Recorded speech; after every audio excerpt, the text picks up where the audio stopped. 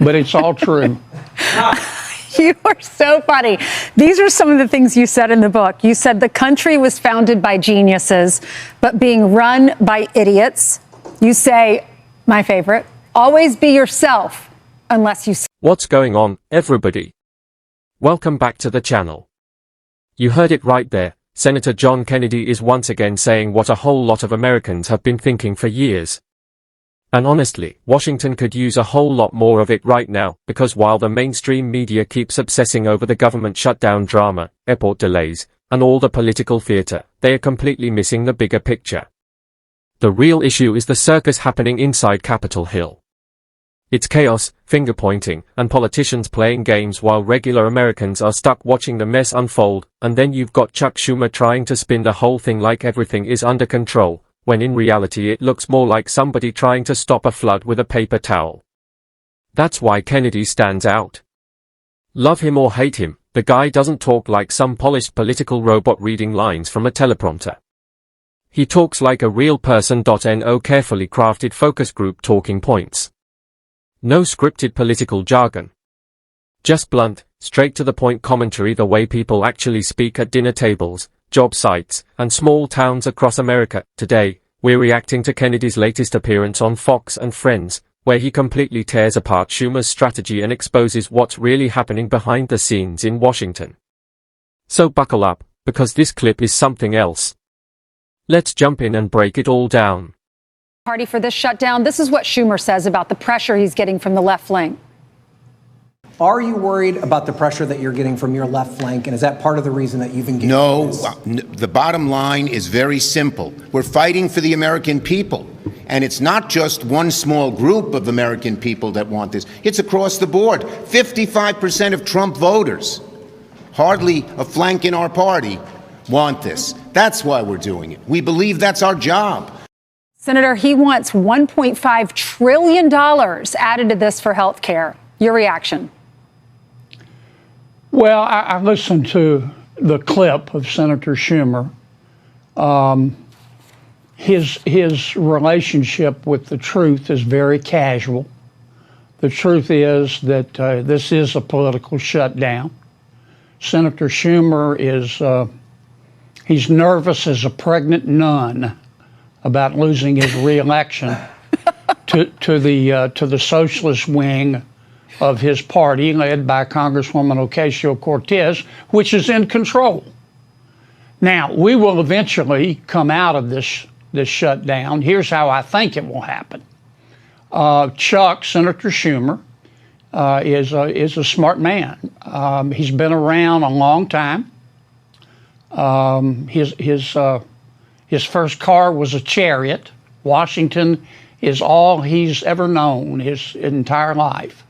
He knows he's on shaky ground here in terms of policy. So here's how I think it'll end. Schumer will go to 6 or 8 of his colleagues and say, Democrats, of course, and say, I want you to vote to lift the shutdown. Now, he'll say, I can't vote with you. I've got to appear to be tough. I may even have to criticize you, but wink, wink, nod, nod. I'm trying to make the loon wing of the party love me, but you bail me out here. But he's got to be careful with that, because he doesn't want it to look like a mutiny, because then he looks even weaker.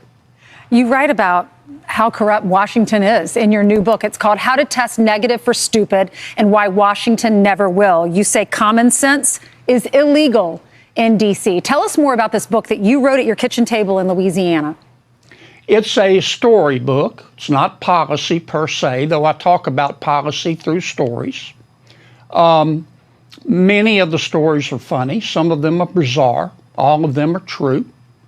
I use these stories to make 3 points: to explain to the American people what the Senate is really like, to try to explain to the American people why in Washington, D.C., normal is just a setting on the clothes dryer, and to explain why it doesn't have to be that way if we have a return to common sense. I tell stories about President Trump, my one and only meeting with President Biden, Chuck Grassley, John Fetterman, Chuck Schumer, Ted Cruz, Marco Rubio. It's a very wide-ranging book, Ainsley. I hope it makes people think. I think it'll make you laugh. It may make you daydream, but it's all true. You are so funny. These are some of the things you said in the book. You said the country was founded by geniuses, but being run by idiots. You say, my favorite, always be yourself unless you suck. Where do you come up with these? I confess, I have to take full responsibility. God's blessed me with a great memory. When I read a clever turn of phrase, I remember it, and some of them I just make up. And I do believe in that candor is a mighty weapon. It gets me in trouble sometimes, and I contend that I don't get nearly enough credit for the things that I don't say, but I really want to say. But I just tell the truth, and people can decide whether they like me or not. I don't hate anybody. I look for grace wherever I can find it. But God gave me the right to remain silent, but not the ability. This is why Politico named you America's most quotable senator. Senator, thank you so much. Congratulations on the new book, How to Test Negative for Stupid and Why Washington Never Will. Ainsley? Yes, sir. Watch Brian and Lawrence like a hawk, okay?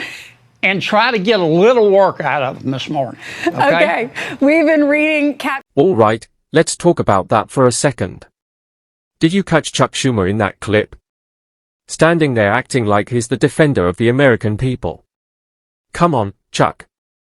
Nobody's buying that anymore. If Schumer was really fighting for ordinary Americans, this country wouldn't be stuck in another political train wreck every few months. What he's really fighting for is political survival, and Senator Kennedy absolutely nailed it, that line about Schumer being as nervous as a pregnant nun. That wasn't just a funny one-liner. That was a perfect snapshot of where the Democratic Party is right now. Schumer knows he's trapped. On one side, he's trying to look moderate enough for the cameras. On the other side, he's terrified of the far left wing of his party breathing down his neck every second, the AOC crowd, the activist class, the socialist wing. They're calling the shots now, and Schumer knows it. If he steps out of line for even a second, they'll turn on him overnight. So instead of leading, he's just trying to survive the chaos, and Kennedy sees the whole game. I love the way he explained the Schumer strategy. It's the classic Washington shuffle. Publicly, Schumer acts tough and dramatic for the cameras, but behind closed doors, he quietly lets a few senators vote the other way so the government can reopen and everybody avoids total disaster. Then afterward, he still gets to pretend he was the resistance hero all along. That's the DC playbook. Smoke, mirrors, and political theater, and honestly, it's exactly why so many Americans are fed up with Washington.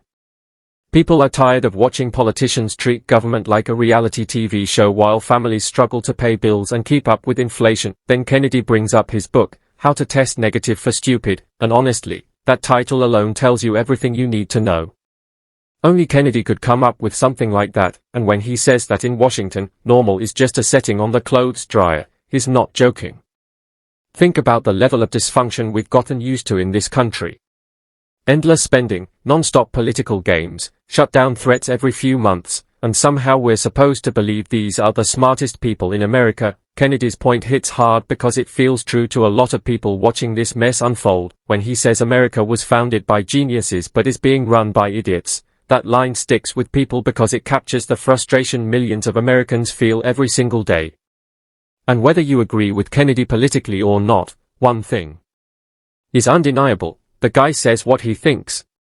No polished consultant language. No carefully scripted sound